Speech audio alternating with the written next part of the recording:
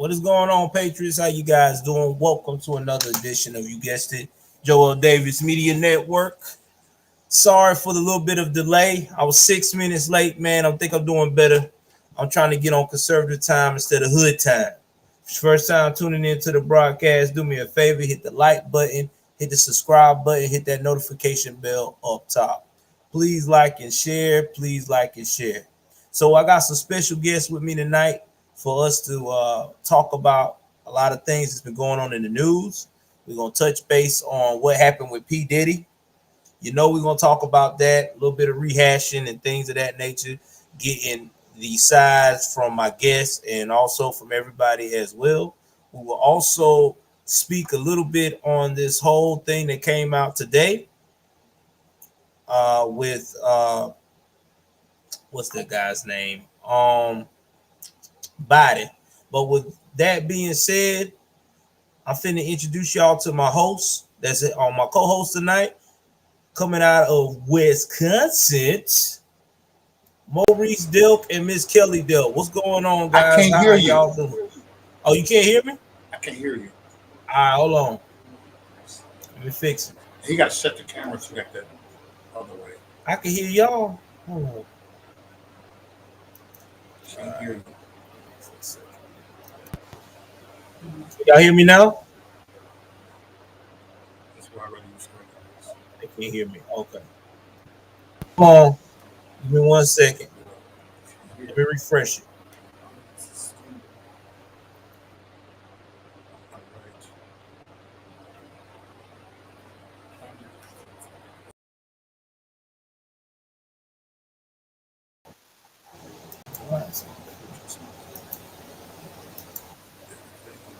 All right, what about now? Because I can hear you guys.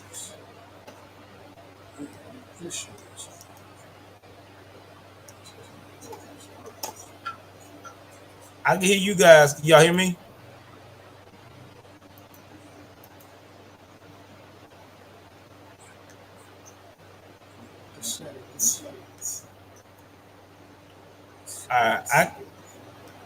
I can hear. They can hear me. We trying to hear Mo and them. Let me see what I can do. What about now, Mo?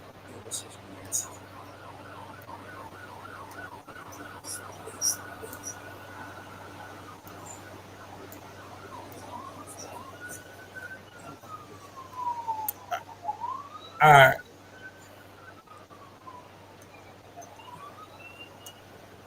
Yeah, I can't. Yeah, I can't hear Mo either. Okay, so they're saying that they can't hear us. Yeah. All right, now I can hear you. Y'all in the chat, let me know if y'all can hear Mo. All right, I'm going to send them the link again. Hold on. I'm about to send them the link again.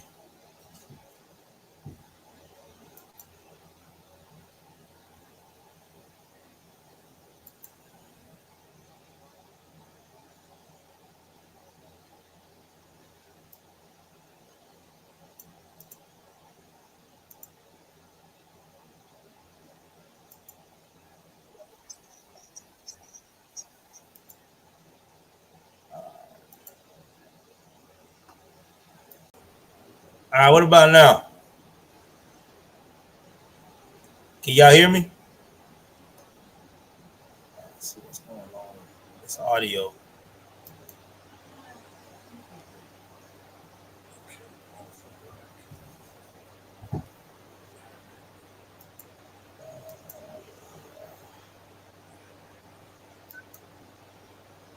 All right, can y'all guys hear me?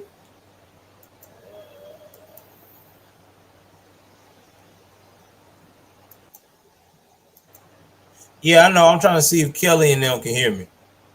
Yeah, they're unmuted. And I can't hear them.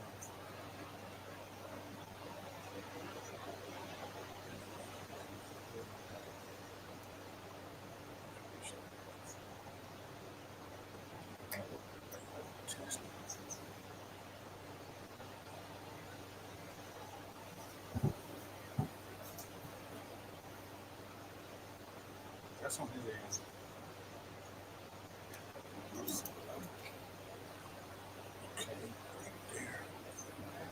that works. We can do that. Yeah, now it's coming in. Microphone. Okay, now it's coming in. Okay. Sorry. Sorry about the delay, guys. First of all, this is the family right here. Mrs. Maurice, Mr. Maurice Dilt, and Mrs. Kelly. Y'all can hear us? Yeah, we can hear you now. You good. You good. But I can hear you. But we can't hear you from the computer. Yeah, we can't hear you. Oh, okay. Hold on. What about now?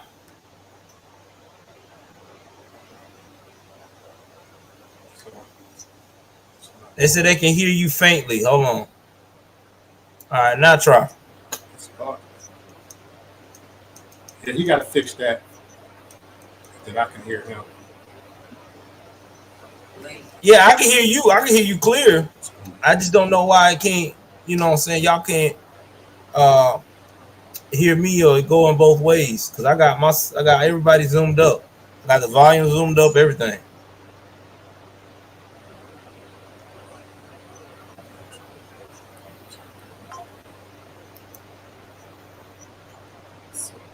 Let me see if it's the volume on my microphone. Let me see if I need to turn that up.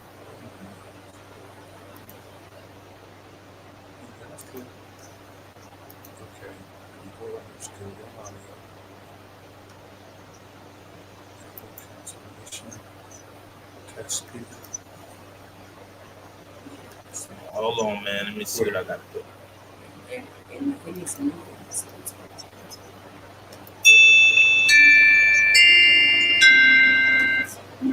All right, that was my tip. All right, what about now? Can y'all hear me better now?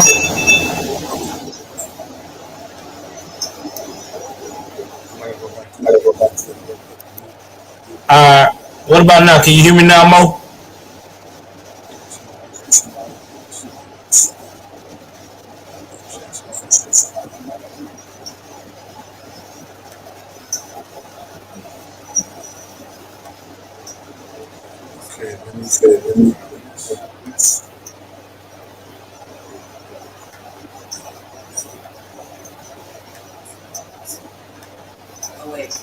Oh, there you go. All right, okay. Yeah, I'm about to say. I got this because I'm used to StreamYards, bro. Yeah, I know. StreamYard is. I don't use StreamYard because I like using this because I can add as many channels I want. So because right now I'm broadcasting over on what they call that oh man, I don't forgot the name of that joint on Instagram right now. Oh, Instagram. Yeah, I got it all connected. So Okay. while I'm talking to y'all, it's going through all the joints. Yeah, Rumble everywhere. So anyway, man, as I was saying, y'all, tonight I got my co-host tonight, which is Maurice Dilk and his lovely wife, Mrs. Kelly Dilk, as well. So with that being said, man, we're gonna have a good time tonight. We're gonna talk about some things and everything. But how you been, Mo, man? Hey, been good, brother. Can you hear me? You hear me loud and clear?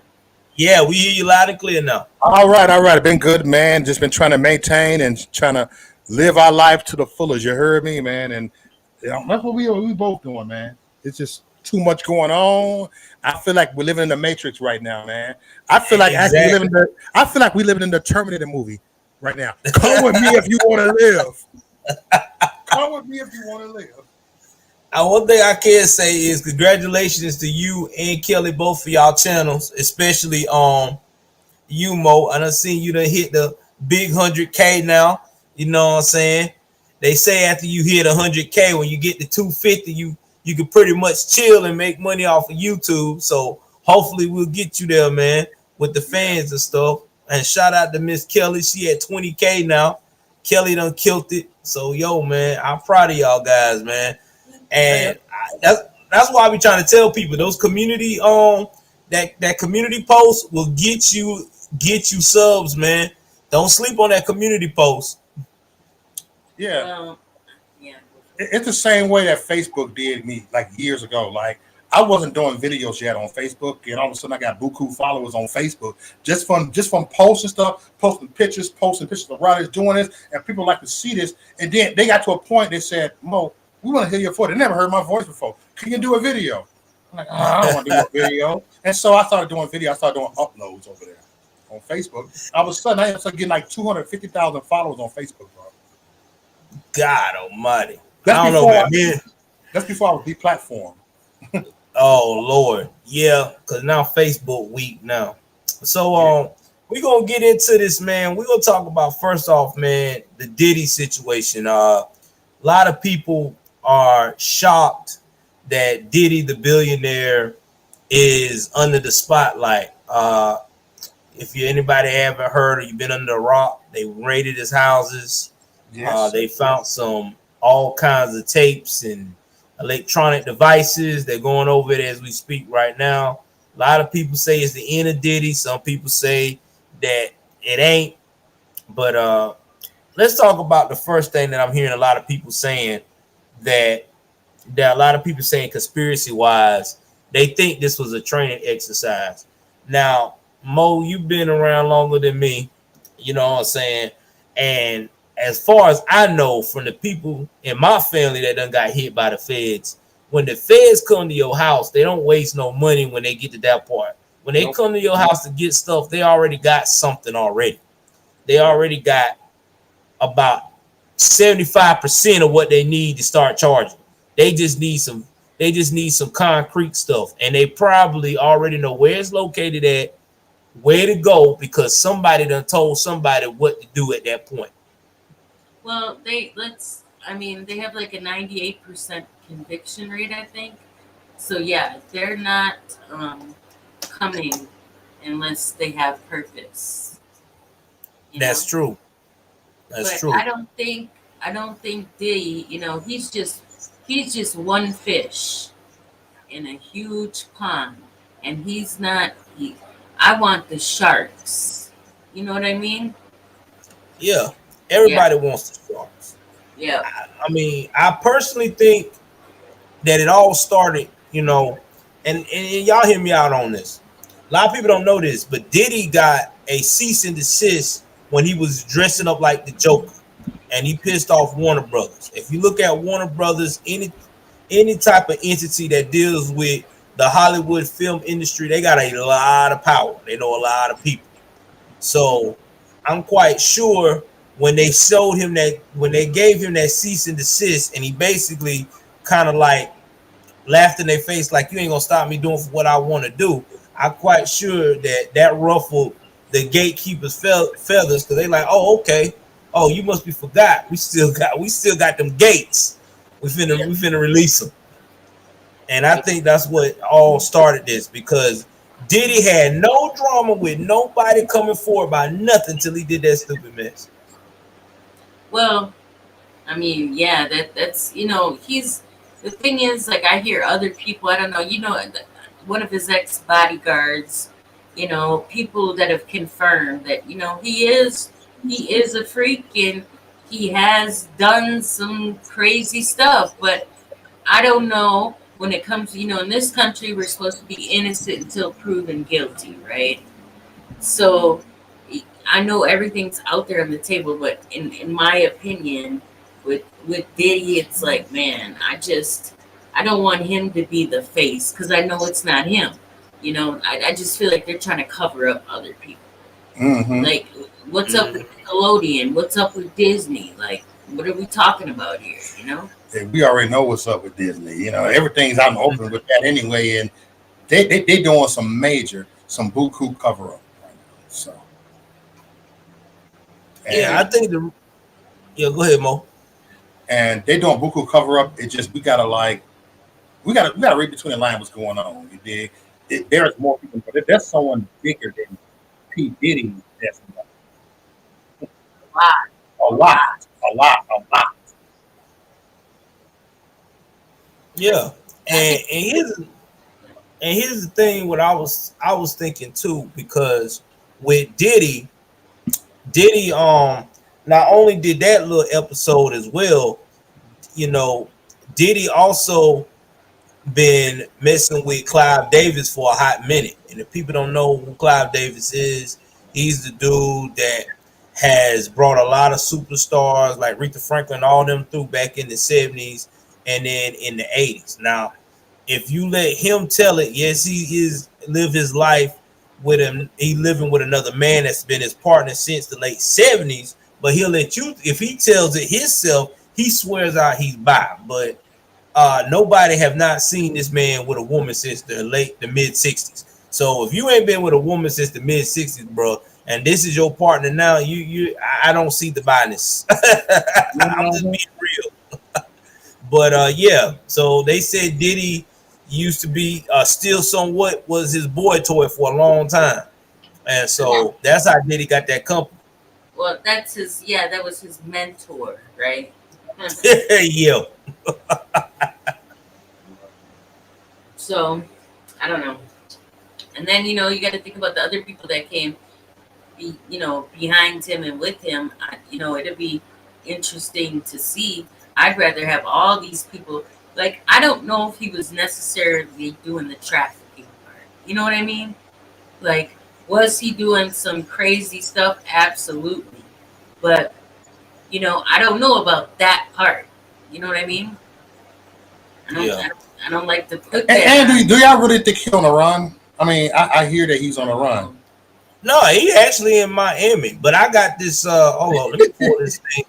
Let me pull this thing up. This documentation that explains to you everything that I don't know. Did you see that document yet? I didn't see it. I saw part of it. I got the whole document. I'm gonna throw it up right now. And the other day, my son told me that instead of no H, no H, it's no Diddy now. That was literally trending on X the other day. Hey man, crazy. You know what's crazy is this has been talked about for a long time. People always say don't party with Diddy. You heard what Cat Williams say? Don't you party with Diddy? Yeah, I thought that was hilarious.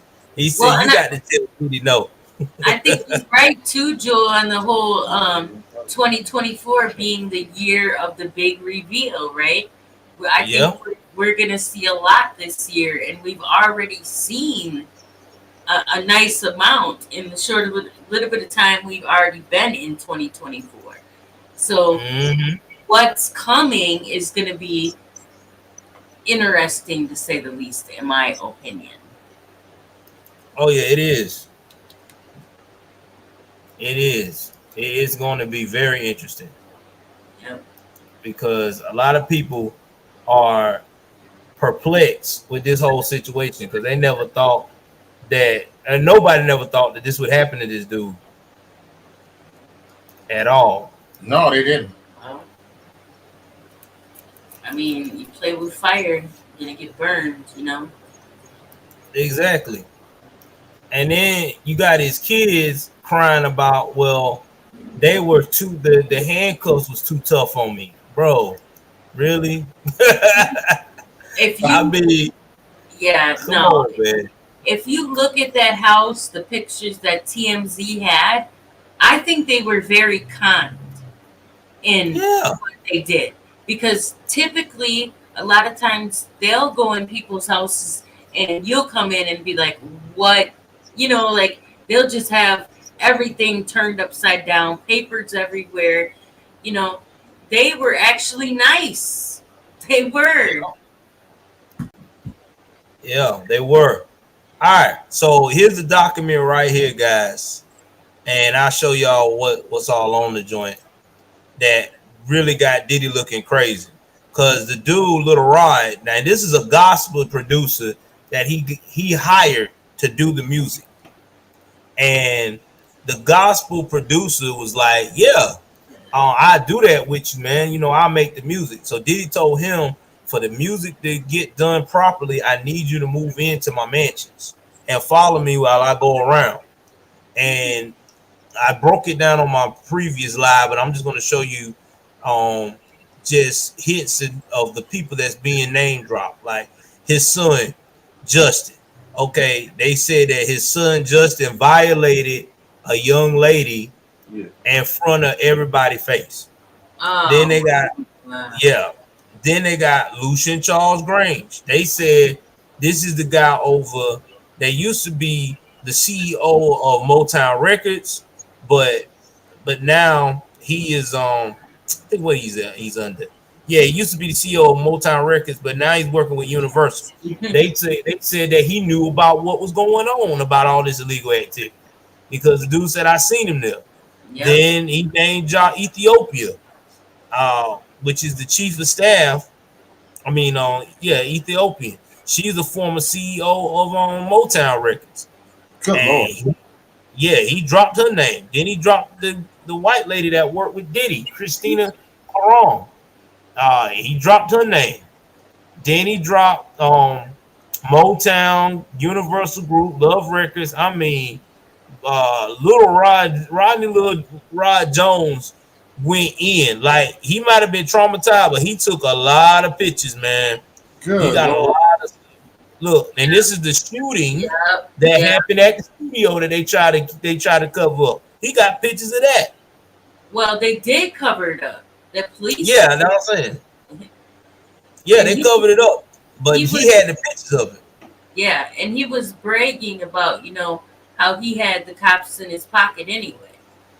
Mm-hmm. What's going on, Jim? Yeah, man. And then this one it gets really nuts. Like, hold on for a second. The Stevie J, which they said that wasn't really Stevie J. That was a guy that looked like Stevie J. That's what they confirmed it was. But Diddy had that tape, so it's kind of confusing to me. Well, if it's not this dude, then why is he showing the tape?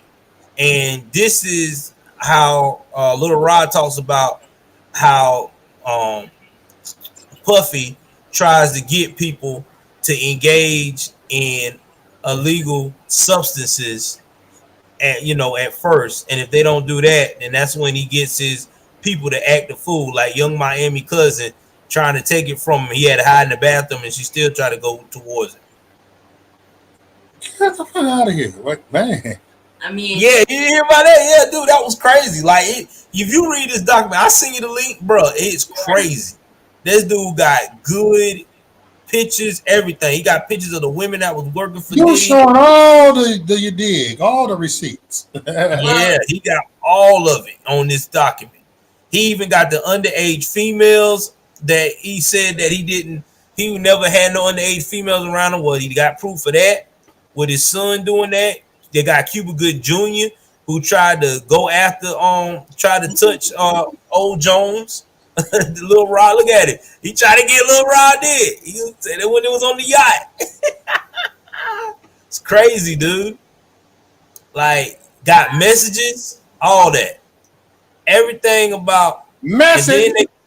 And they about to rehash the freaking what they call that joint? The murder with Diddy. But give me 1 second. I'm gonna let y'all hold it down right quick. I'm finna let y'all take over for a minute. I gotta get something. Okay. I mean, which murder are we talking here? And that's crazy, man. They say that guy that filed that lawsuit has over 100 hours of video that he got. 100 hours. Yeah, he's cooked. He's definitely, I guess, trying to stay innocent until proven guilty, but that's looking pretty bad. Pretty bad.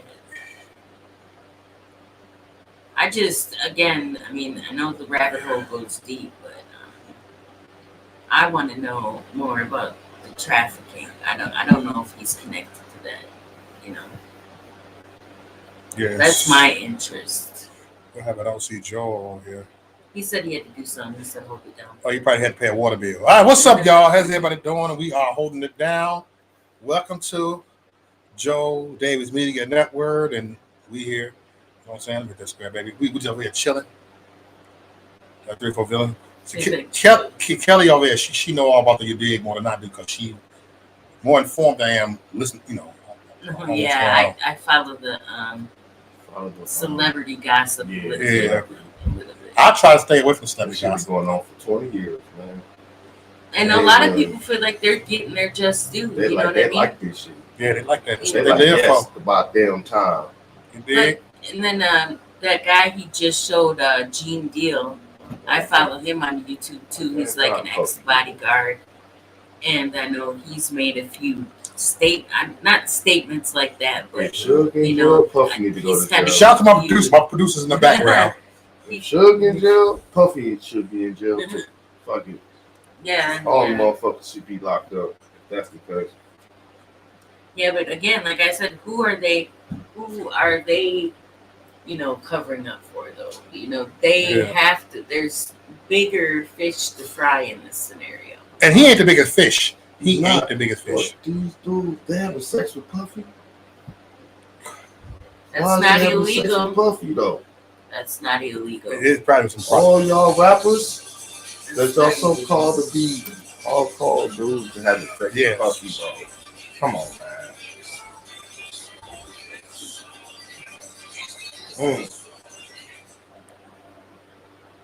Yeah, what's up, chat room? How y'all doing over here? What's up, John? I always been scared of Puffy. I think Puffy was just too cool. What's up, John L? How you doing? Smile too much. He smiled too much not to have nothing going on with him. What's up, Anthony? How you doing, Anthony? Crazy for real. Hey, much love to you. What's up, Conservative Patriot Show? How you doing, Conservative Patriot? Yeah, take that.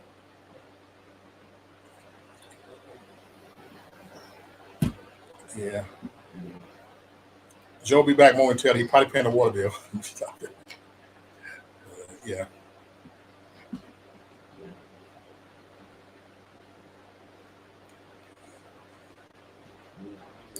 But we ain't seen nothing yet. You're going to see some other celebs come up out of nowhere. You're going to see some more Johnny come latelys.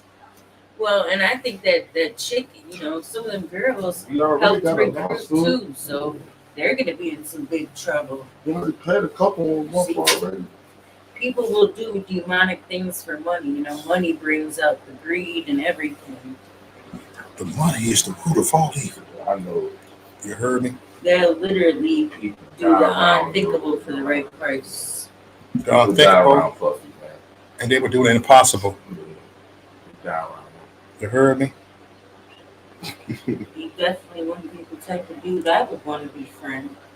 That's for sure. Someone said money? Yeah. Type of nigga. Who said lazy Saturday night? This ain't no lazy Saturday night. Ain't nobody. We ain't lazy over here. I feel lazy. I'll be back. I'll be back. I'll be back. Come with me if you want to live. And y'all better come. Yeah, Kelly taking a break. She got to run somewhere real quick. And I'm still holding down over here. You dig? You feel me? I guess Joe trusts me to go ahead and host this show tonight.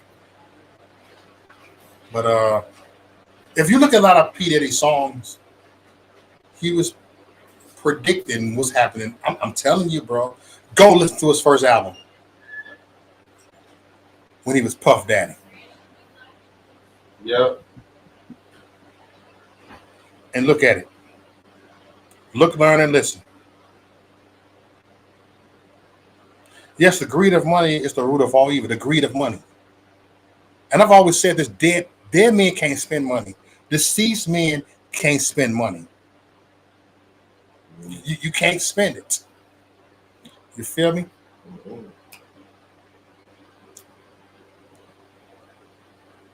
They can't spend it. And be careful what you want. Y'all want to be in Hollywood? Y'all want to be like this here?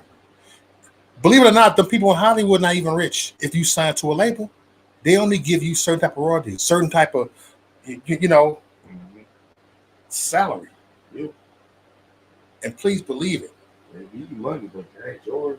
I know a guy personally, literally personally, that used to be with Jive Records. And he left Hollywood. He said, Reese, it's too much, bro. It's too much. I left. Now he living his life. He got a storefront church with his wife.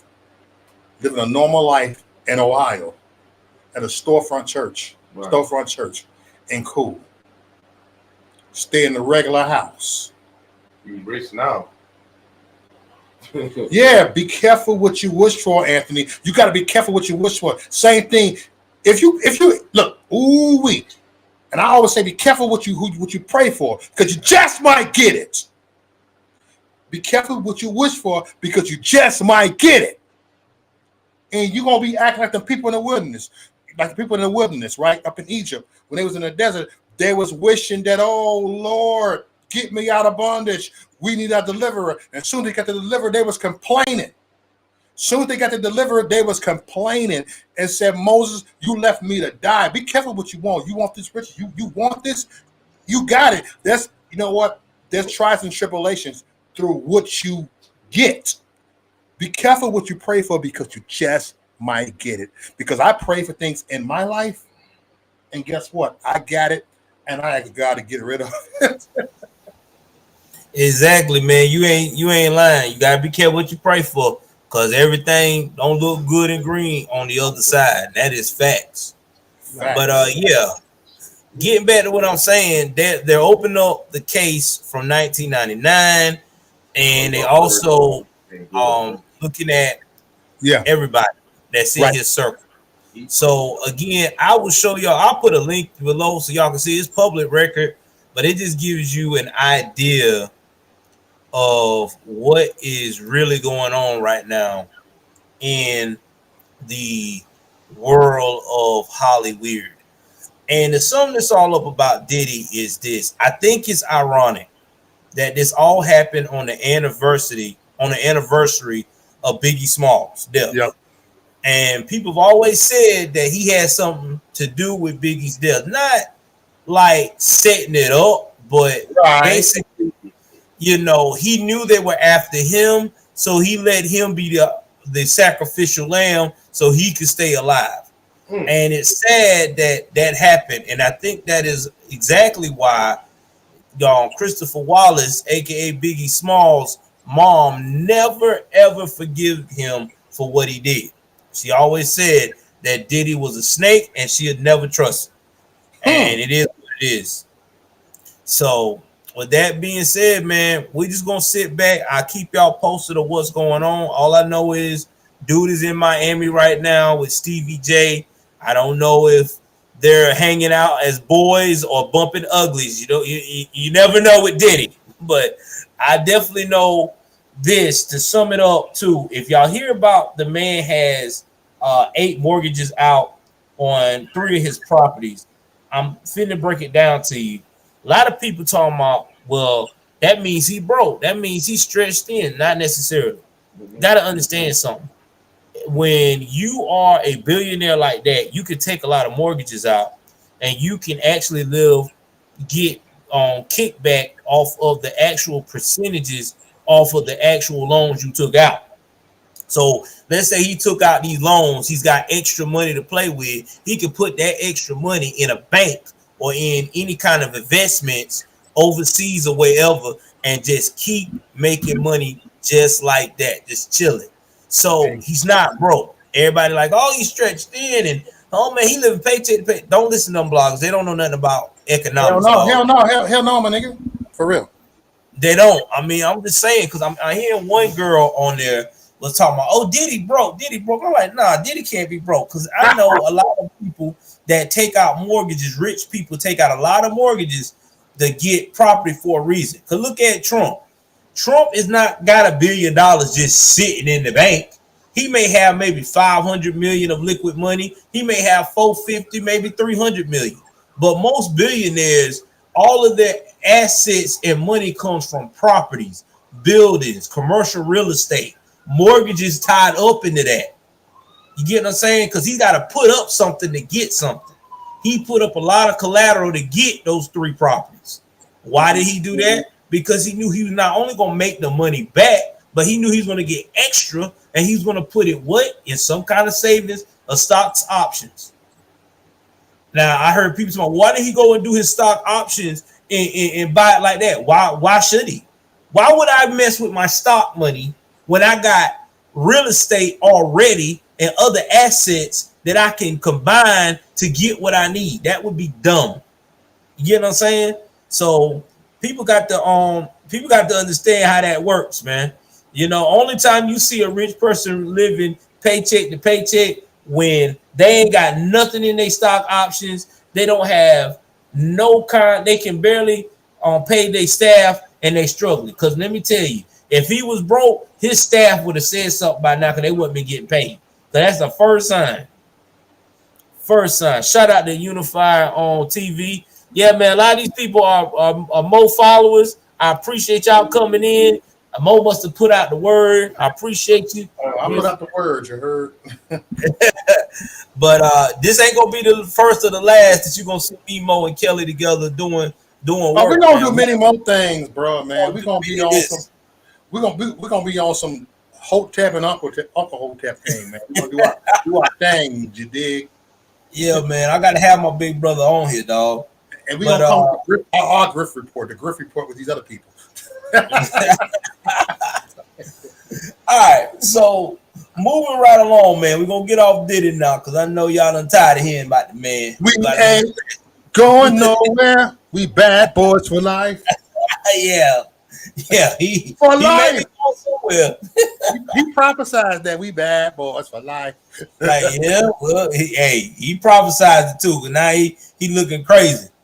Getting back to what I was getting to the next, let's talk about Joe Biden and company. Now, guys, before I start, if you are one of these sensitive people that is follow us, that gets very sensitive about the LGBTQ alphabet soup and anything of criticism, you need to go ahead on and walk away from the computer now, because I'm going to talk my shit.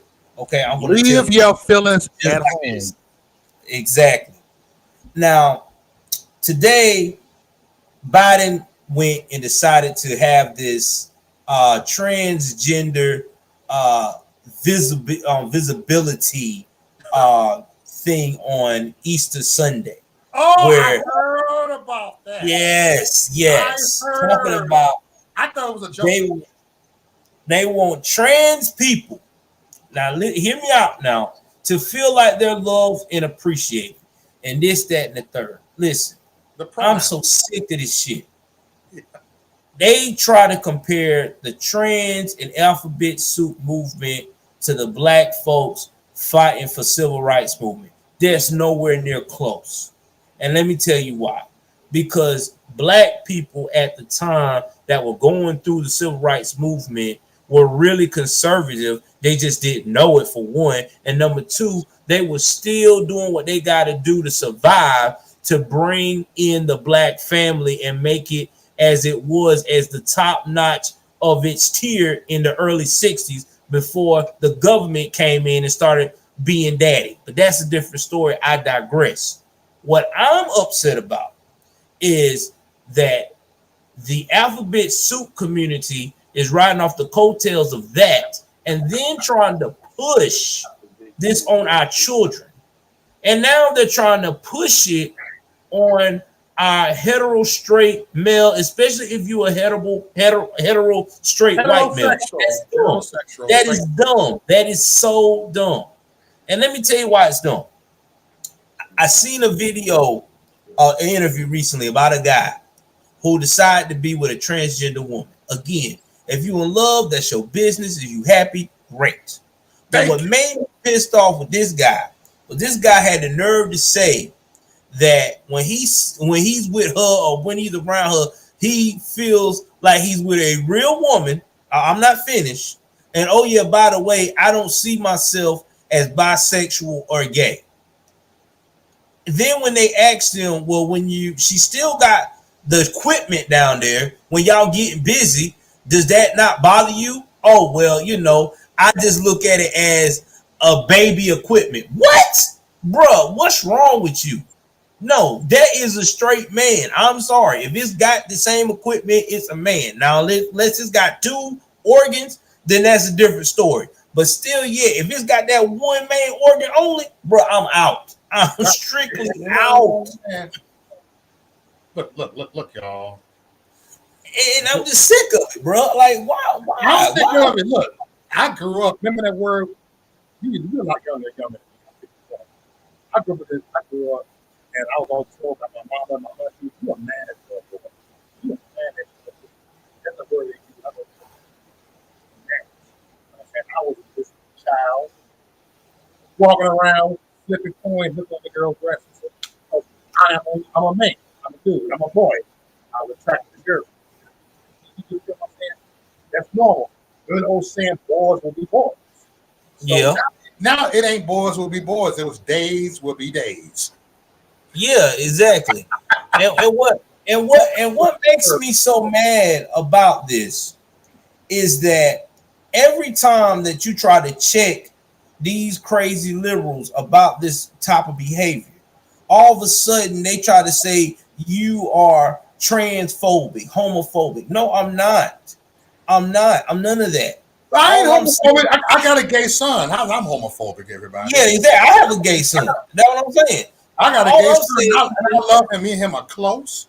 Yeah. That's it. I got a gay sister. I got gay cousins. Right. You dig? Yeah, they don't bother me. You know, it don't. It's just that they don't go around and pushing it on children. They see this stuff and be like, what? Like, okay, having children going to the pride parade. No child should be at no pride parade. Do you know what goes on in that? I talked about that earlier. Ain't no way. No kind of way. No child of any age under 18 should be at nothing like that. I'm sorry. I don't give a damn if you one of those parents that say, oh, well, I let my child experiment as a teenager. No, fuck that. That stuff, they don't need to be around that. Not that. No. All the stuff that goes on, no way.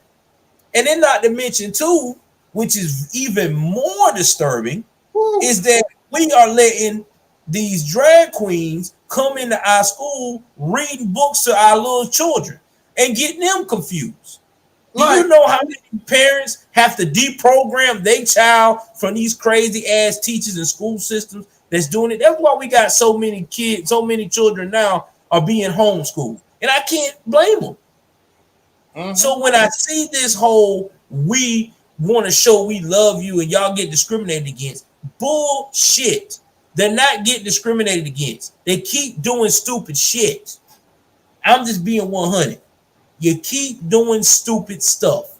You're not dumb. You're not crazy. In fact, you're doing it so much, I think you may need psychiatric help.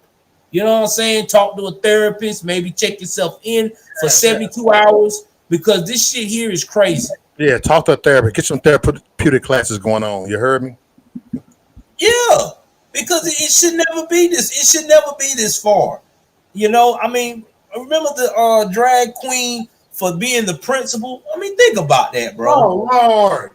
A principal. It's the principals. Remember the word principal. Principals. Yes, a principal.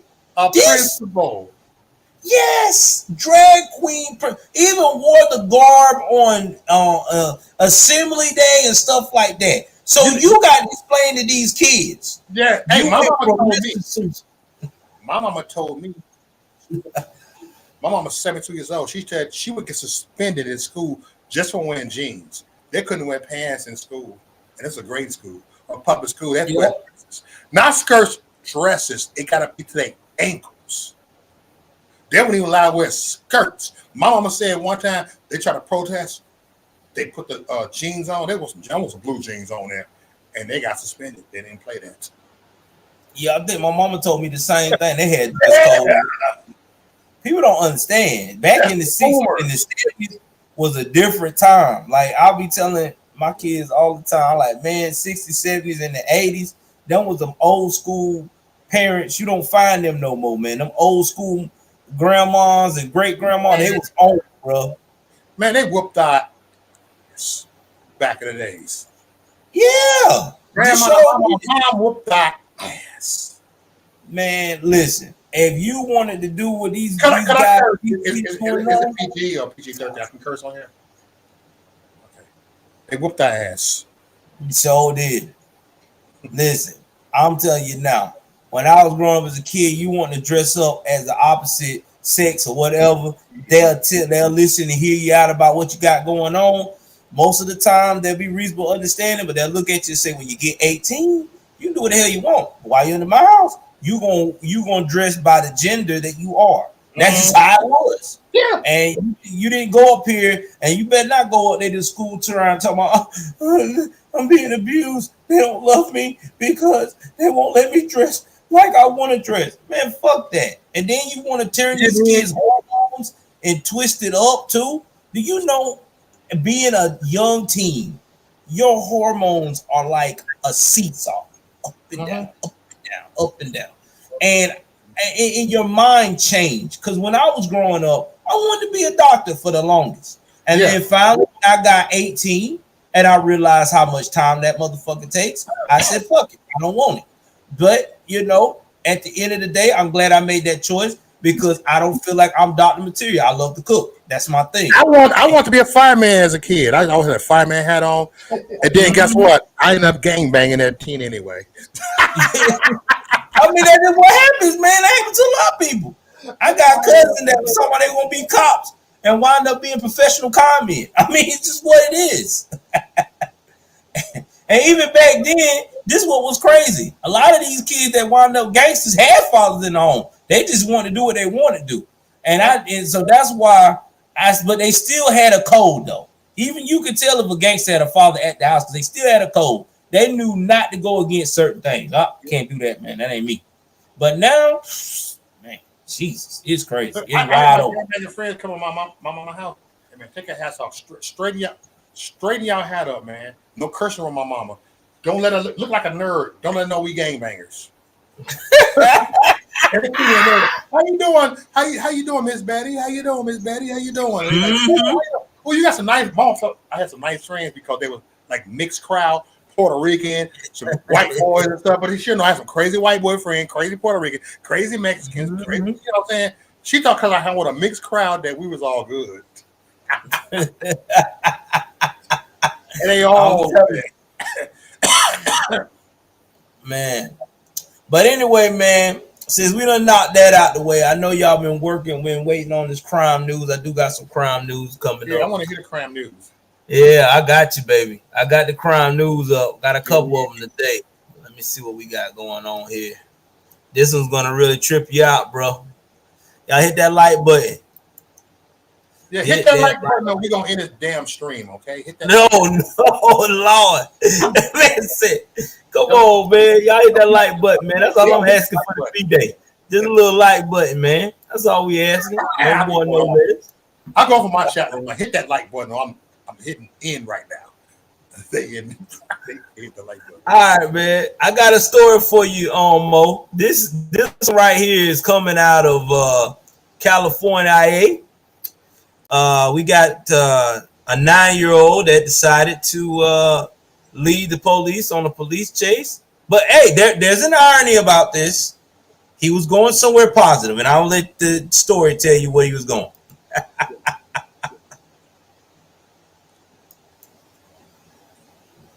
Just shock. Several other officers showed up as well, and it was kind of like one of those no one really believed it kind of thing. So several officers did show up to the scene just to see, in fact, that it was a 9-year-old driving the vehicle.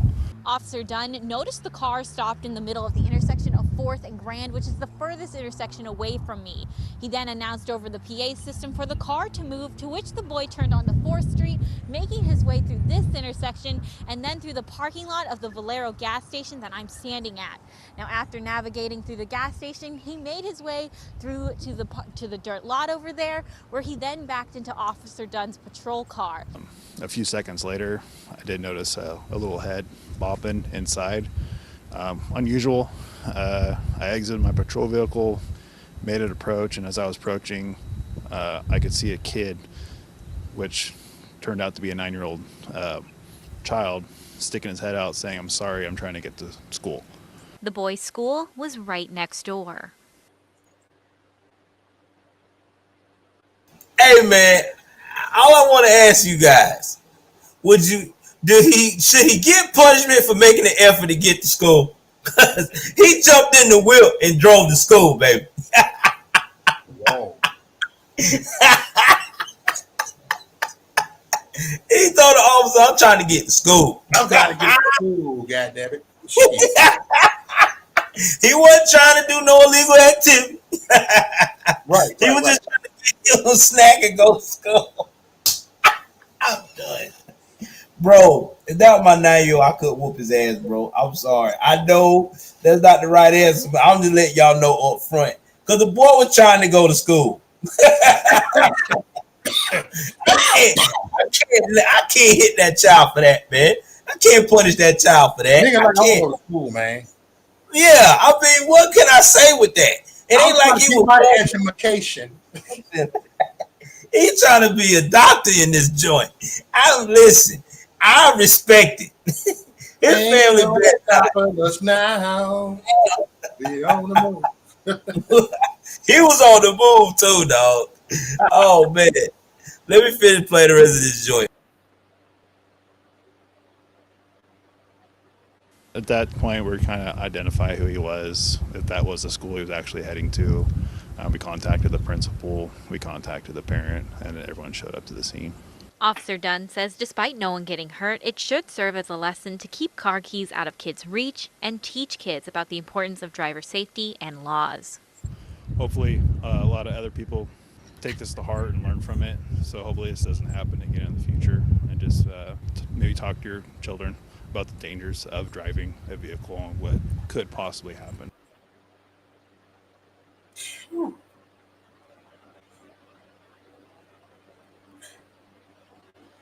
And we know this, man. Oh man, bro, I'm telling you now, that kid been driving that car for a minute. Ain't no way. Ain't no way, bro. I'm telling you, that kid had to be driving to school beforehand. Damn. He had to be. Because ain't no kid gonna just take no keys that comfortably and just drive to school. Like they say he was driving real good, didn't even make no mistakes or nothing. He just saw he saw the cops, I guess, and he tried to pull in, and then when he thought it was good, by the time he backed up, he done hit the cop car. So that lets me know right then this kid been doing this. Yeah, man, this kid off the chain, 9 years old, whipping it. I wonder if he had his school buddies. Like he was like, "Yo, need a ride home?" I bet you he did. Need a ride home? I was in eighth grade. My first nigga was still make mama's car, their parents' cars, and picking me up. You dig? Woo, dude. Yeah, I heard those stories too. I heard them from my older cousins talking about how they used to steal the cars and shit and pick up their friends. I like, really? Y'all crazy as hell. You can bring it back. You better put that gas back in there too. Mama gonna know. You better put that. Yeah, that's exactly what they said. They said you got to put the gas. Put $2 in a gas tank. Yeah. Especially my older cousin, he used to tell me about breakdancing back in the day too. That they kind of go to breakdancing competitions.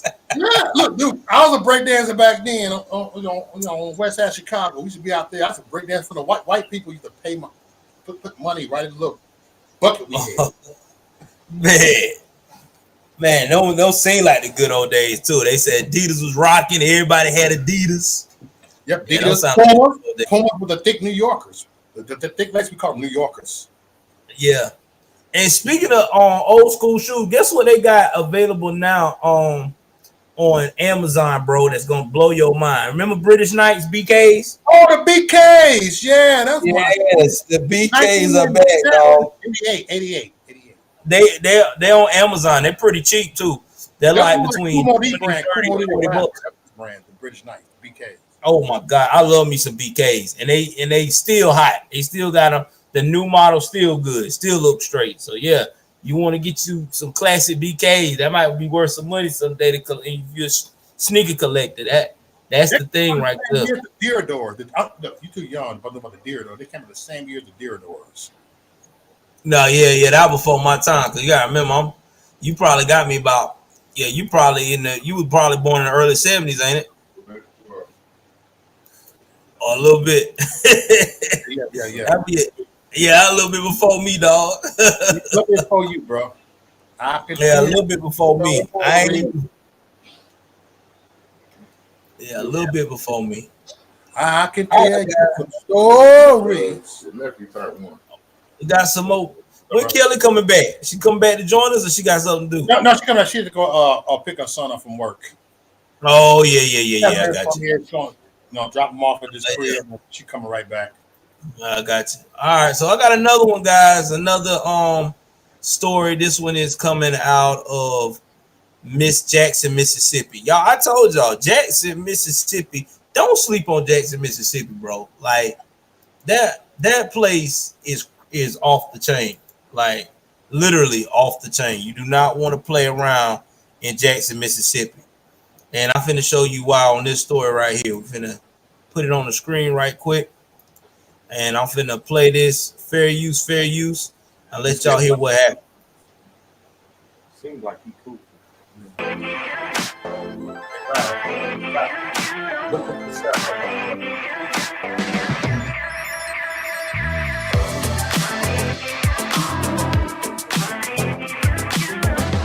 ULBT News starts now with breaking news.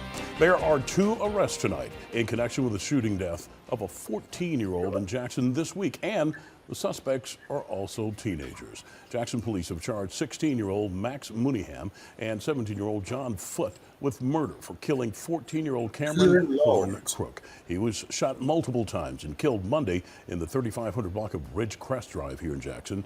Horn Cook was a student at Northwest Rankin Middle School, and he was on the 8th grade football team. Both Mooneyham and Foote are from Rankin County. The Rankin County Sheriff's Office and the Pearl Police Department assisted in the arrest of the 2 teenagers.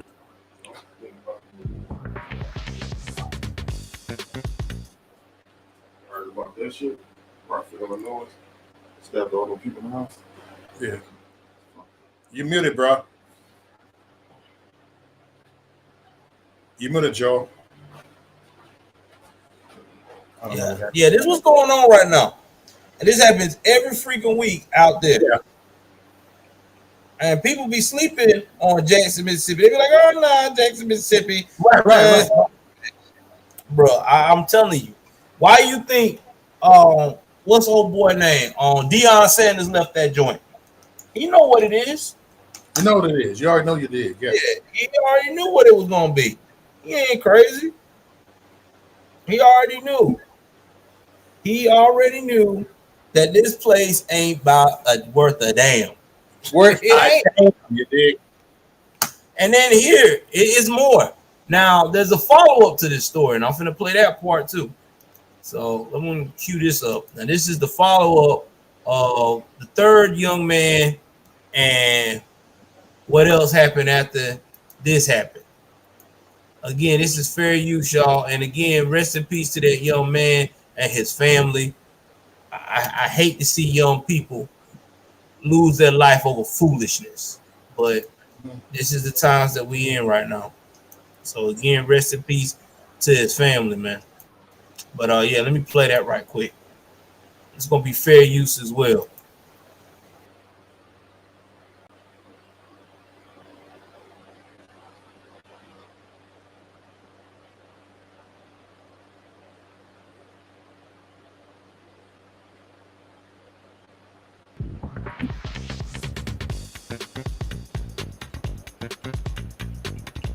New developments in our breaking news we first told you about at 5. A third suspect now arrested and charged with the murder of a 14-year-old from Rankin County. He is 15-year-old Siwaski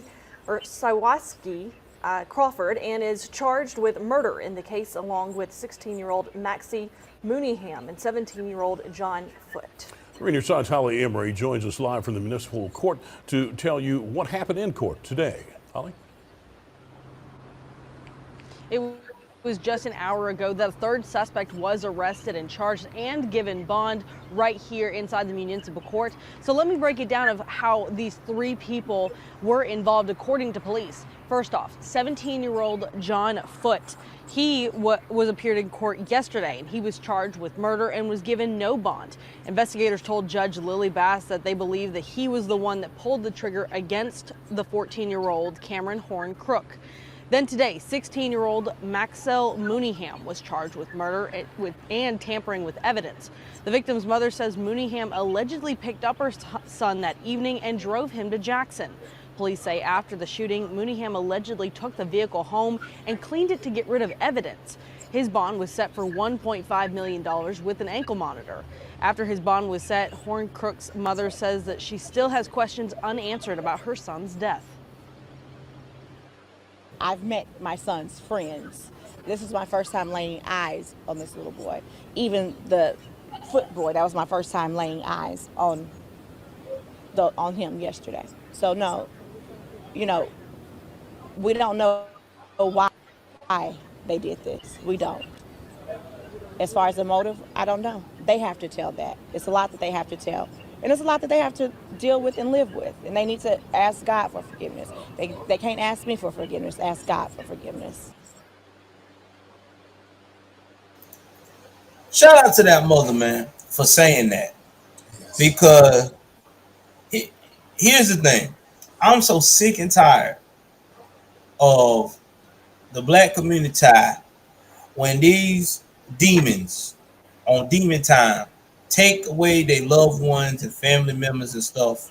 They quick to say, "Oh, I forgive you." Look, I live by this motto. My wife says I'm an asshole for it, but that's just how I am. God forgives, but I fucking don't. I'll be that. If you take one of mine, it is what it is. And this right here is just tragic all the way around.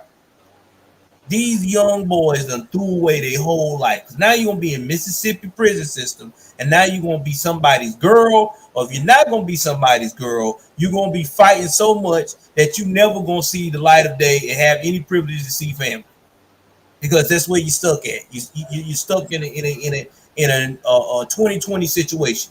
You're damned if you do, you're damned if you don't. Mm-hmm. Real shit, my nigga. And this shit really pisses me off because, bro, a lot of times you got a lot of these so-called liberals and politicians that's libertarian try to say, oh, well, we need more programs, we need more this, and we need more that. When in reality, we need fathers in the damn homes. If we had more fathers in these homes, I don't care what race you is, black, white, Puerto Rican, candy stripe, whatever. If we had more fathers in these homes with a lot of these kids, we would not be seeing these disasters like this. For real, for real. We would not see this. We would see. Oh, let me stop. I'm gonna get my blood pressure up. I'm gonna let you. I ain't trying to take over your show. Go ahead, bro. No, you good, bro. I don't want to get you off the chain over here. I'm the guest over here. You right. You got a point. I mean, it's sickening. And what makes it so bad is that it's a never-ending cycle. That's why the jail system is so rich. Because the government keeps stepping in, being daddy, and there's no result. They keep saying, well, when we step in, we making families better. How? Because look at these. The government is fucked up, and I'm gonna make it public what I just said, man. Feds contacted me about 3.5 weeks ago. They got you too. Oh no! I talked on the back end about it, but they contacted me about a YouTube video I fucking did. Mm-hmm. They came at me. The ones in Cudahy, Wisconsin, they came at me about a video called Grown Folks Talk. And I was just drunk in the video. I ain't saying shit. I was just chilling, being myself, having my little drink. I was chilling. And they're going to detect what I said. In the video, it got flagged. I wasn't in trouble with a strike, but they deleted that video, and then the feds contacted me. FBI contacted me. Yes, sir. Yeah, and they doing that on a lot of people too, because that's another thing. We as patriots, we got to watch what we post, because there's a lady that posts about her Muslim beliefs, and she talked about how she I think it was Muslim beliefs, and and everything, and with her talking about her Muslim beliefs and everything else, they contacted her and told her about the post, and she was like, "I ain't said nothing but about my Muslim, what I stand on my Muslim faith, that I think that it's wrong both sides of the spectrum of what's going on with Israel and what's going on with the Palestinians." And that's when they was like, "Well, we just trying to make sure nothing don't happen. You ain't gonna commit no ill will." Yeah. So yeah, we gotta be careful, guys, what you post and what you do, because Big Brother is watching. I ain't watching all the facts. I was scared. Yeah, it is scary. I'm like one of the nicest guys you could ever meet on earth. I'm not a wise insider. I'm like, I give people the shirt off my fucking back. The fuck? I'm not a criminal. Yeah. I ain't been locked up in 30-some years. I turned my whole life around. And now I'm an advocate. Now I'm I'm standing up for what I believe in. And I'm dealing with the FBI. Yeah. And the reason why we got the feds looking at us like that is because they are afraid, because we stand for truth. And that's what the government doesn't like. We can't be bought. We can't be compromised. Yes. You know what I'm saying? And now, since all of this is going on, they scared. They don't have no answers, because the whole world is now following the MAGA movement. I mean, look at how many black men right now are actually coming to our side. Black strong men. And you know what's crazy? A lot of these black strong men are married to liberal women. And guess what? Some of these liberal women, even some of these liberal black women, not a lot, but a little bit of them. Let me stop it. Yeah, you know what they doing? They going with what their husband said. Well, I'm thinking about voting for Trump. Yeah. So it's changing, and we just gotta keep it up. We gotta keep encouraging people. It's okay to step on the red side. Leave that blue side out over there, baby. It ain't helping you. Yeah, leave it, y'all. I left that plantation. I've been out for it for 4 years. And I don't want to be back at it no more. Every time I look at it, I get more depressed, saying, "Lord Jesus, what is wrong with these people? Why are we?" Hey, bro, I kick myself a lot right now because I voted for Obama in the first term. Yeah, I voted for Obama in the first term, and then as soon as he got one, I was like, "Thank you, Jesus!" I was one of those. I was in tears too with Jesse Jackson. I was like, "Obama, me too." My mama, I called my mama, like, "Oh, we did. It's gonna be changed in America." And guess what? I didn't vote for Obama. As a matter of fact, I didn't even vote on the second term. I said, "I'm done. I'm done voting." I voted on the second term. What made me all on the second term? And actually, I supported Trump on in 2016 just to piss people off, and I'm blacking that nigga for real. Yeah, 2016. I didn't vote at all because I didn't like none of the candidates at the time. Yeah. Yeah. Okay. Yeah, I was still halfway there. But what really made me get all the way conservative is, like I said, this little boy that got killed in North Carolina by his black neighbor, little white boy got killed by his black neighbor in front of his family. And then when that happened, you had all of these BLM suckers talking about, we got us one. You know, this is a little 5-year-old baby, dog. Like, you really saying that?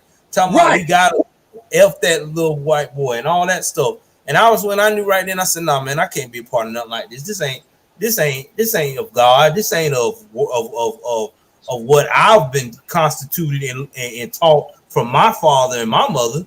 So I'm out on it. And that's when I came over to this side. And boy, when I came over to this side, I learned a lot quickly. My best friend, one of my good friends, shout out to my dog. If he's looking at my stream, he probably does from time to time. My boy Tommy. Tommy was like, "I'm glad you came to the other side, brother. Come here. Let me show you what's up." There she go, man. Hey, Miss Kelly, I know you coming back. Isn't she precious? There she goes. In my Stevie Wonder voice.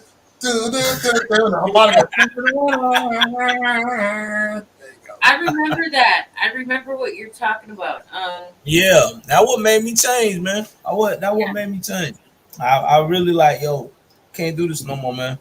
And I lost a lot of family members, dropped out of contact on me on about that.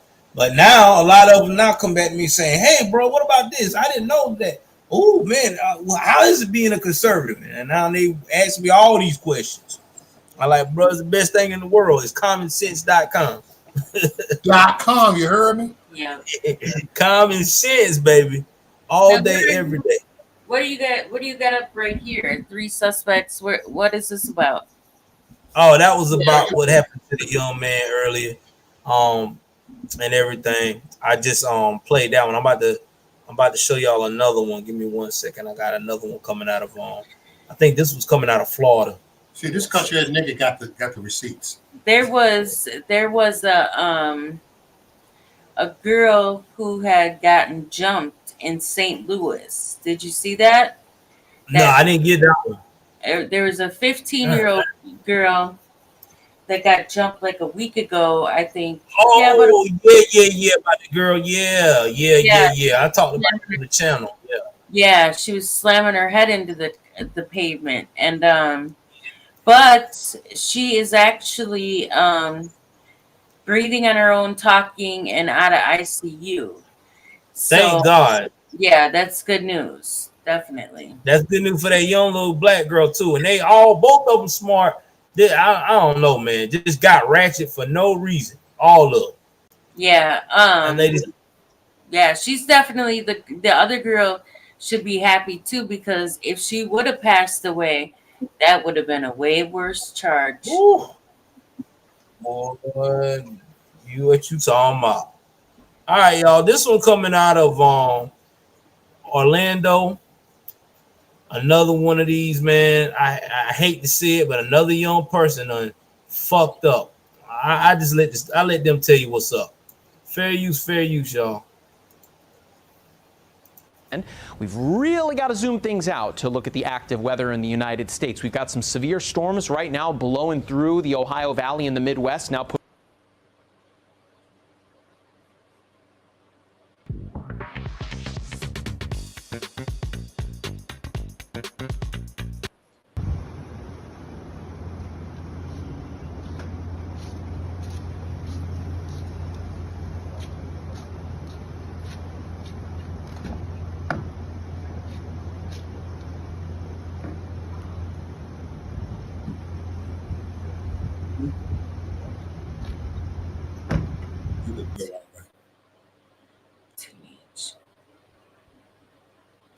All right, so let me tell y'all the backstory of this. So this kid that you just seen right here shot this lady, Miss Veronica Ramirez. She was 35. And this happened like a couple of weeks ago. Hold on. Yeah, this happened like the first part of March on the fairgrounds. It took them almost a month to find out who it was, but they found out that it was a 15-year-old kid named Jason Maxey in connection of the murder. And Orlando Police Department investigative unit members took him into custody, and he's also facing second-degree homicide with a firearm. And Ramirez was a teacher assistant at Sorrento Elementary School. A district spokesperson said she joined the school in 2019. And this is the young man that just threw his whole life away. Oh man, some of them teachers, man, they really go at them. Chairs thrown, shooting them. I mean, this is crazy. Yeah, now this one right here, like I said, he was on the fairgrounds, and I don't know if he was trying to shoot at somebody or he was getting in a beef with somebody, but he killed the lady accidentally, I guess, and she called a stray and she died, and they linked the gun to him. So now he's looking at second-degree murder, man. Oh my God, that's good Lord. It's sad, man, and that's what I'm saying, man. You know, you hear everybody talking about black on black violence is not that serious. Bullshit. I'm showing you every day, like it's serious. Yeah, Black is staying in play. It's awful here too. Horrible. Yeah. Every day there's a shooting. Every day. Hey, I'm a perfectionist, man. Fit that camera, bro. Look at me. And you know, yeah. There you go. even with my son, it's like he went 25 years without ever seeing someone get shot. And then you come here and you see multiple people get shot. It's insanity, man. Yeah, it is. It's definitely insanity. Humble All right, boom. This next case, I'm gonna give y'all a trigger warning. If you're one of those people that you get you're not comfortable with domestic violence stories, you may want to walk away now. But this one right here is pretty much letting everybody know stories. In the state of Texas, what's going on in Houston, especially, that this is what happened with this bail. This bail stuff is nothing to joke with. That's why people got to understand, as long as you let these liberals run these cities, this is what you're going to have. This bail reform, this is what it's leading to. So let me start the story on this.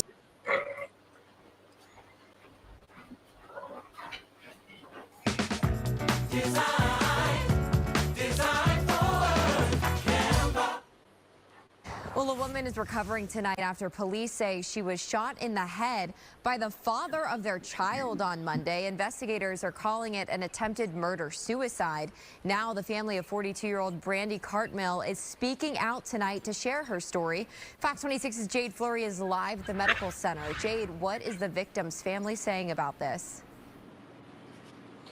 Well, Brandy Cartmill's family tells us that the mother was separated from the father of their child, but tried to reunite with him to give him the chance to be a good dad to their daughter. Unfortunately, it ended in a double shooting. Now her family is sharing her story with us to bring awareness to domestic violence. He put the gun to her head and shot her and then turned it on himself. Monday night, the cousin of 42-year-old Brandy Cartmill received a call that he would never forget. She was frantic. She was petrified. On the phone, the mother of one telling her cousin that the father of their child beat and choked her. Brandy's cousin pleading with her to call the police. The next thing she said was, "Johnny, he has a gun." And Jade, the next thing I heard on the phone was 2 gunshots. Guys, just think about it. Imagine that. And you know what's crazy too, man, is that this lady was an actual advocate for other victims. Okay? For the DV victims, okay? And to see that she took the chance to try to to monitor to fix her relationship, and this is what happens. She's now almost like the loss of life. That's why I try to tell all ladies, man, listen, if the Joker wasn't doing right when you was with him and you put him out, you better move the hell on. Kid or no kid. Sometimes you just have to love afar. You know what I mean? Because this right here is what happens when you try to get somebody of that type of energy back. Yeah. They quick to flip it on you. It really is, and it's sad, bro. It really does, and that stuff eats me up alive because I don't like that. You know what I'm saying? Because I feel like no man should put his hands on a woman, for one, and number two, if it's that bad, dog, just put a restraining order out for yourself, so you don't get around. Oh, for real, Joe. Look, I'm putting this restraining order on myself because I'll be around this chick. I'm gonna catch a charge, dog. That's what you do. Nobody's like, you can actually do that. You can actually go to the police department and put a restraining order, and you can say, no, it ain't for her safety. It's not for my safety. It's for her safety because I'm fool. So there you go. You can protect yourself. You ain't around her. She ain't around you. Life is good. But let's continue, man. Damn, that's sad. Around 9 that night, police received a call that the father of Brandy's daughter shot the mother, then himself, right in front of their child. When police arrived, the 2-year-old told them that the mother had fallen down and needed help. Their 2-year-old daughter was screaming at the top of her lungs. The mother rushed to the hospital in critical condition. The father of the child pronounced dead at the scene. Police calling it an attempted murder-suicide caused by domestic violence. Because she wanted to give him an opportunity to try to be a dad to their child. She's now fighting for her life. Now, Brandy's family is sharing her story to prevent other women from becoming victims of domestic violence and abuse. Ladies, I want to say to you, when you get out, stay out. Don't be afraid to speak up. Again, it can happen to anybody. Don't be afraid don't feel like you're alone. Don't feel like, you're trapped. I want every man to hear me. Protect our women at all costs. Now, Brandy is still currently here in the ICU, but she does have a village of family members here supporting her, and they say that she is recovering. Of course, if you or anyone you know is dealing with domestic violence, there are resources to help, like the domestic violence hotline number that you can see here on your screen.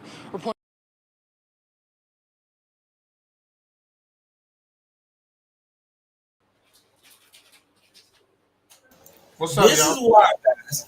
This is why, guys, that I say again, it's great to have how can I put this? Support.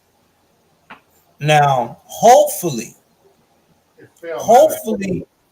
since she lost her life almost, she will wake up and do the right thing to protect herself.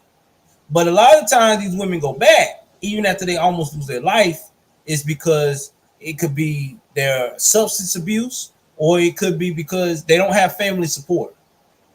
And if you ain't got no support, even if you can say, oh, well, there's a women's shelter that she can go to. Well, let's talk about that. Yeah, she can go to the women's shelter, but if you don't know anybody there, okay, you know what I'm saying? And you don't relate to them like that, or they don't relate to you like that, what do these women wind up doing? Leaving that shelter, going right back to that crazy behind man. And what did that crazy behind man does? Say all the loving things that they long to hear. They say what people want to hear, man. Yeah. Gift for gab. I know a lot of guys like that. I know a lot of guys back in the day, I knew that would beat their girl, man, and have the gift of gab, get her right back in their clutches. And it's sad but true, man. But anyway, my heart goes out to her family. I hope that she leaves this and continue to journey forth. Yeah. All right, so let me put this next one up here. Got another story coming up, bro. Oh my God, you gonna like this story because I know y'all probably having that same problem over here in Wisconsin. Bring it, my nigga. Bring it. So let's talk about the property situation. Now everybody knows that everybody wants to have the property, have their own property. Nobody wants to be around here and feel like that the property they got can be invaded at any moment, especially if you're going to help out a family, friend, or something like that. So when you got people, these squatters coming in, they will make your life a living hell. They really will. And they love doing it. So that's why now I'm about to play y'all a quick video of this matter here. Again, this is fair use. And let me go pull it up right now. Show it on the screen here, and let y'all hear this horrible story.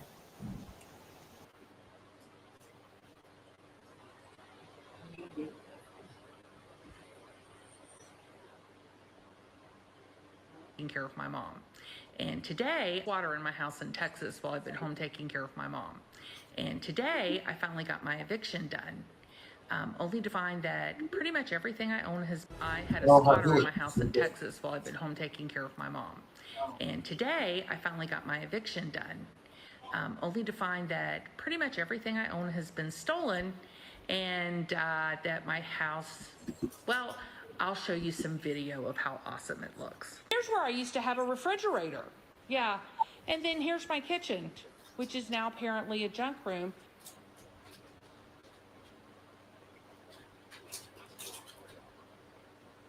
Imagine that shit. You paid 400 stacks, 400,000 for a beautiful home, and you go off to take care of a family member, and all of a sudden, when you go to come back and think the home is going to be there for you to relax and carry on with your life, you got some weirdo living in there. And then when you trying to tell this weirdo, hey, this is my house, man, what you doing? They telling you, oh yeah, I got a lease. From some fictitious name. And you can't call the cops because the cops gonna tell you gotta go to civil court. And by the time you go through civil court and you do get these bastards out, well, this is what this woman's going through right now. You can't make this up. A nightmare story coming out of Texas where a woman fought for months to get squatters out of her house. Terry Boyette joins us right now. Terry, that video showed your house, just a sliver of what happened. What else would I see if I was right by you right now? You would see a bunch of needles. You would see crack pipes in my oven and in the bathroom. You would see little used drug packets on the floor and all around, dust residue of some kind. You would probably be bowled over by the smell because it smells like a dumpster in there. So, there's just rotten food in all the rooms. I understand they took your stuff and had a yard sale. So they made money. Yes, they did. While stealing your stuff. Yes, they did. They actually, we were giving this to the police, where after they got the eviction notice, they actually went on OfferUp in 5 Mile and sold my dining room table, my entertainment center, and then I couldn't figure out how they got rid of all my dishes and silverware. They did that in the yard sale. So you go to Florida to take care of your mommy. So think about that, man. You went out here to take care of your sick mama, and these jokers done went out here and took all your stuff, done took everything, silverware, plates, good china, ripping up shit in the ceiling. Man, this is horrible. This is 100% disturbing. Thank God that Ron DeSantis just signed that bill in Florida that if you catch one in your house and you know you got your paperwork straight, all you got to do is stand your ground, and you know what the rest means. Mm-hmm. They better make sure they got their insurance paid up. Yeah. Oh man, let's keep continuing with what happened to this lady.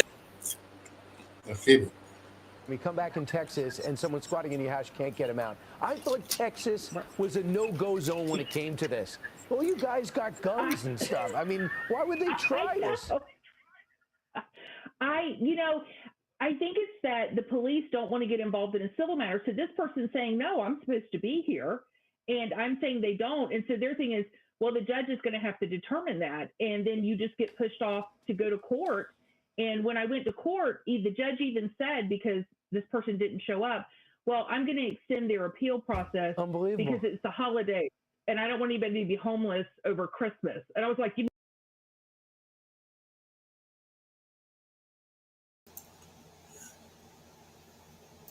she got to be in the Houston area, because that's some Houston shit. Mm-hmm. When they say, I don't want them to be homeless, I'm extending their appeal, they're not going to do that in Georgia. Georgia, you squat, and time when you come when you come in and everything else, and then you go to court and you don't show up, they automatically gonna rule in that lady's favor. And then by that time you get there, they done destroyed every damn thing. Man, this is For real. crazy.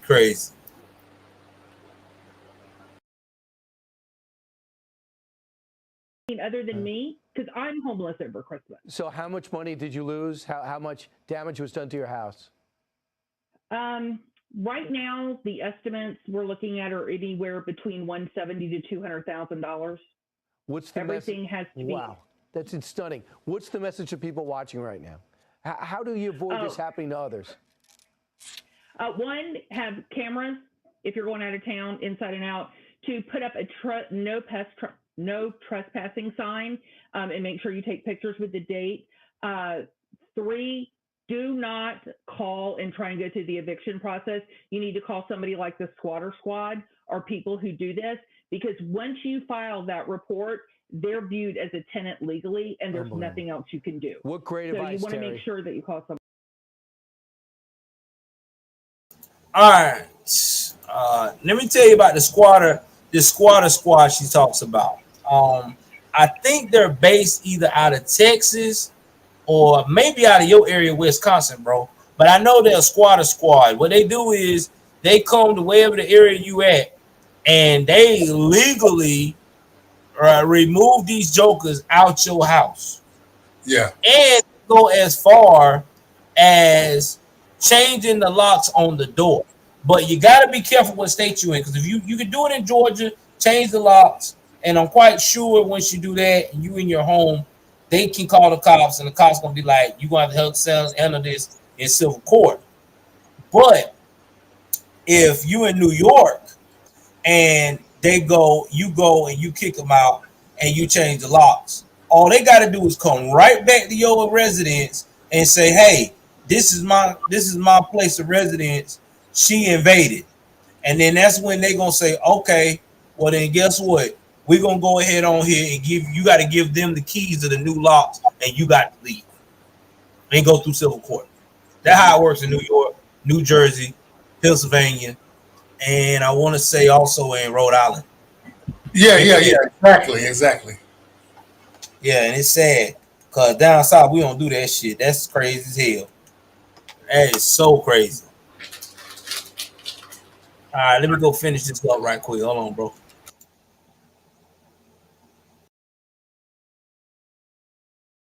That is so cool. You're taking this so well, and you're trying to help other people. What a tribute to you. Good job. Happy Easter. Yeah, I know it's going to be tough. Yeah, I want to make sure that the Texas politicians knows. I've been calling and emailing them, and we are going to get a law in Texas to change this if I have to drive to Austin and bang on some doors. You got it. I'm sure you will. Yeah. All right. Thank you, Terry.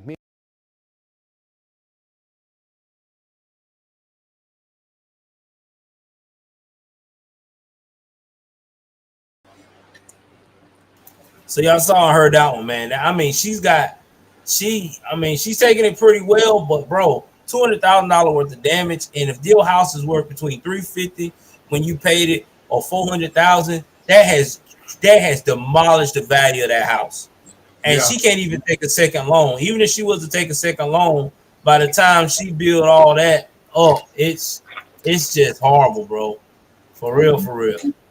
Man, I tell you, my heart goes out to this lady, because ain't nobody need to go through all that. All right, man, this is gonna be the last video of the night, and as soon as this gets done, we're gonna wrap this up. So this one's gonna pretty much funny as well. So let's ask you this, guys: how does it feel when you go from being the person that report on crime to being the receiving end of the crime? That what happened to this lady here, Susan Harasana, out of California. Somebody took a Tesla. Let's talk about it. You said somebody.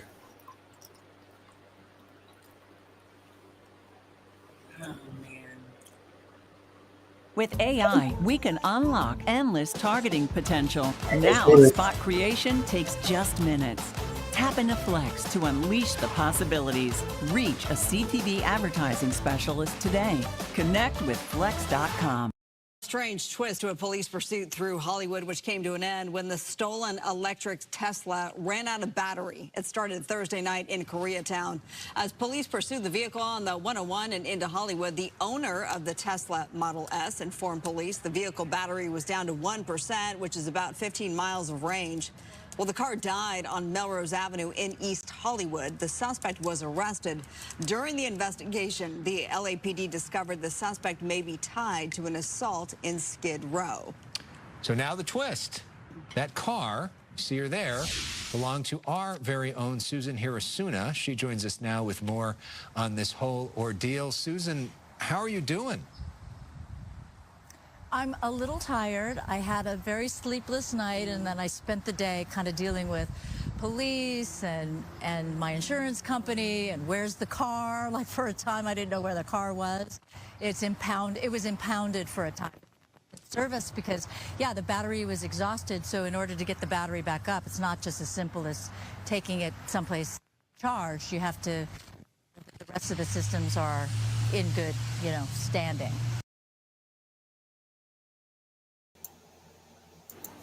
I'm quite sure that salary she got with the news station, that and the insurance she's probably got, she probably didn't have to pay no impound fee. I'm quite sure it's good. That's crazy, but it was a dude here last week that at 3 o'clock in the morning they were trying to steal his car, so he ran out there and they shot and killed him. Yeah, that same thing happened in Let the car go, it's not worth your life. They telling people in damn, what state that is in, because they stealing cars so bad. Not Atlanta, it's Jesus, I think California. Yeah, they tell people in California and New York, hey, listen, if they say they want to steal your car, just put the keys on the counter, tell them, take care, have a great day. Don't nigga what? What? I'm sorry, dog. I know the car ain't worth my life, but damn it, out here, I'm blazing. Now, I'm glad I'm in the country, bro. We don't have these problems. Hey, where you at, bro? Where you at? You in Georgia, right? Yeah, I'm in South Georgia, man. I'm in the swamp. Oh, you about Lucretia? I got hooked on Lucretia, bro. Lucretia Hughes, man. Oh yeah, man. I'm way down south. The old Okanofi Street and all that. That gonna be dope. Yeah, bro. Everybody around here got guns, man. Everybody got guns. Hell, I think a squirrel got a gun too. Shit, everybody got one right. Yeah, the squirrel. There'll be a shootout out here, dog. They don't play. They will stand their ground out here. Oh no. But yeah, man, that is crazy. Let me see what else happened to this lady. Well, obviously, we're so sorry that you experienced this last night. Thank goodness you're okay, Susan. It's been quite one thing after the other, I feel like. And I want you to take us back, though, if you could. Last night, you're at an event in Koreatown, and where's my car? Then what? Well, not Koreatown. We were actually in downtown LA near the Ace Hotel, what used to be called the Ace Hotel Theater. Now it's the United Theater, just off of Main and Olympic, and parked on the street, went around to my event, and then came back and went, where's my car? And I looked at the app. The thing is about a Tesla is you can look at the app. It says it was still parked where I said it was parked, but then I realized, oh no, I can see the wheels are turning. I can see a car on the app moving. So I, freaked out, and instead of calling 911, I thought, station. My girlfriend drove me to, she wanted to go to Central, and I go, no, it's a community will be closed. I already knew that. So we go to Main Station on First Street. I knock on the window. They finally come out, but they go, this is an administration building. You know, you can't report a crime here. And I said, well, can you at least just get on the radio and tell Central Division, I can see the car where it is. It's all staying in the Skid Row downtown area. And so by that time, he realizes, I can hear the radio chatter and they're saying things like, the car is on, you know, Wall Street. And I realized, wait, that's matching up with the location that I'm seeing on the app. They started following that car because somebody else had reported like a driver driving erratically or recklessly. Then the police officers I spoke to at the Main station called them and said, look, this is a stolen car. We then went to Central Division where I started talking with some of the responding officers. And so they were also communicating and saying, you know, this is the situation. We have the owner here. And P.S., at one point I heard them go, maybe we can do a pit. And I said, don't do a pit. You'll ruin the car. The car's about to run out of battery. So they just followed the car. By the way, there were at least 2 people, maybe 3 people in there. And then one of the people in there is suspected of attacking a guy with an axe. And no, I do not carry an axe in my car. But there appeared to be blood in the car on the passenger side. So sorry. All right, I'm gonna stop right there. This is sad, bro. Hello for a second. Yeah, I'm gonna stop right there, man. This sad. Like literally, this sad. And you know why it's so sad is because, you know what I mean, this lady went to Chinatown, probably an area that she grew up in or, you know, familiar with, and joined the night on the town. And it being a Tesla, she probably thought in her mind, well, ain't nobody gonna get into this shit. I got all these lots and stuff. But I guess she forgot that they got gadgets now. And you can look this up, Maurice. There's a gadget that's out now that you can program it to open any car that requires any of those newer electronic keyless keys now. You know what I'm saying? So that's all you got to do. It programs the car.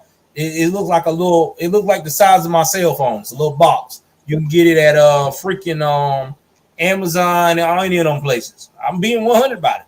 All you gotta do. That's how they get.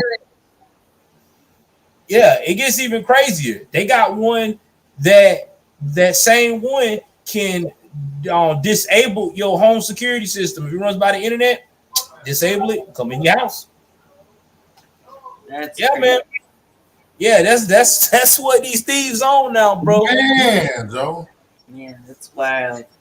Those thieves is high tech. That's why they tell people to make sure that you keep your own servers and your stuff private, because with them tools they can't do it like that. But if you got one of them open servers or internets where you know you ain't got no protection, no keys on it, or you don't have what they call that joint?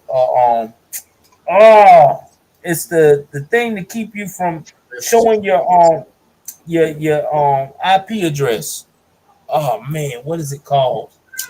Oh man, your VPN. Yeah, VPN. Yeah, if you ain't got no VPN, yeah, you done. It is what it is, man.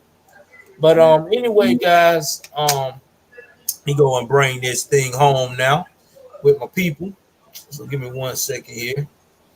I want to give a shout out tonight to my friends, Mr. Mo Reese Delk and Miss Kelly Ray Delk. Thank y'all so much for hanging out with me. Thank you. Have a good night. Also, too, if you guys want to follow them on my side, all you got to do is look up Maurice Delk. Maurice got like 30,000 channels. You can subscribe to all of them. Stop it, bro. He operates all of them. All you got to do is put in Kelly Ray, and once you put Kelly Ray information in, she will pop up. She definitely dedicated on her channel. And if you are part of their squad and you came over tonight to listen to my channel, please subscribe. I do streams now. I have an official schedule, which is going to be Monday, Tuesdays, Thursdays, and Saturdays at 9 p.m. Eastern Time. Gonna say it again. It's gonna be Monday, Tuesdays, Thursdays, and Saturdays at 9 p.m. Eastern Time. All you got to do is come through, enjoy. I also do what they call community posts throughout the week. And you can also catch me if you like the game like I do. You can catch me on my gaming channel, All American Mobile Gaming. I always on there. So either way it goes, we're trying to get that one up too. We at 633 subs. So hopefully we can make that popping. And then I have multiple channels as well. Besides this one, Joel Davis Media Network Live. That's where all my shorts is. That's where all my reruns are, my old material. And I also have Official Patriot News Live as a backup. So I got 4 channels actually. And I only got 2 channels, but the other channels, they more like my replays, my reruns. Like you said, okay, rerun. Those are my reruns. And one of my channels is my grandson channel. Okay. All right. Well, either way it goes, man. I see y'all later. Y'all take care of yourself. I love y'all guys. And again, love you too, bro. And also, y'all can still bless my Cash App. My birthday's tomorrow. Get that. How old you finna be, bro? I know you want to say that. 40, bro. 40. I'm finally hitting it, bro. Nigga, you really fuck, nigga. I'm 51, nigga. I'm an old fuck. You got a long way to go. I'm 50. Old, dude. Nigga, I'm an old nigga. Nigga, you not old. You still in your prime. Ask Kelly. I bet you Kelly don't think you old. Kelly about the same age. Kelly in her mid-40s. Okay. Kelly younger than me, so. Kelly 45. She's 45. She the same age my wife is. My wife is 45. Yeah, she's 45. Oh, you got an older woman too. Okay. Yeah, man. I'm a sugar daddy. He's so stupid. Am I your man? Damn sugar daddy, you more like her damn husband. Quit playing, man. I'm older than her. Hey, you already know, Joe. I'm off the chain. I'm crazy as fuck. I know you crazy as hell. We both is. Oh shit. My nigga. All right, man. Hey, man, hit me on the text this on tomorrow, then, dog. All right, I love you, bro. You gotta finish your stream. She said happy birthday. She's in the background. Tell Kelly thank you. I appreciate it, man. Kelly over there got the munchie. She eats the goddamn caramel corn. Popcorn. She all hungry than a motherfucker. Anyway, man, I catch y'all on the flip side. I love you guys. I'm finna parlay, man, because I gotta take care of the wife because she ain't feeling good tonight. So love y'all. Have a good Easter, man. Go ahead and make love to her. Make her feel good, nigga. Don't worry. I said it. I'm too uncut with it. I said it. Oh man. All right, bro. I see you, man. We out. Oh.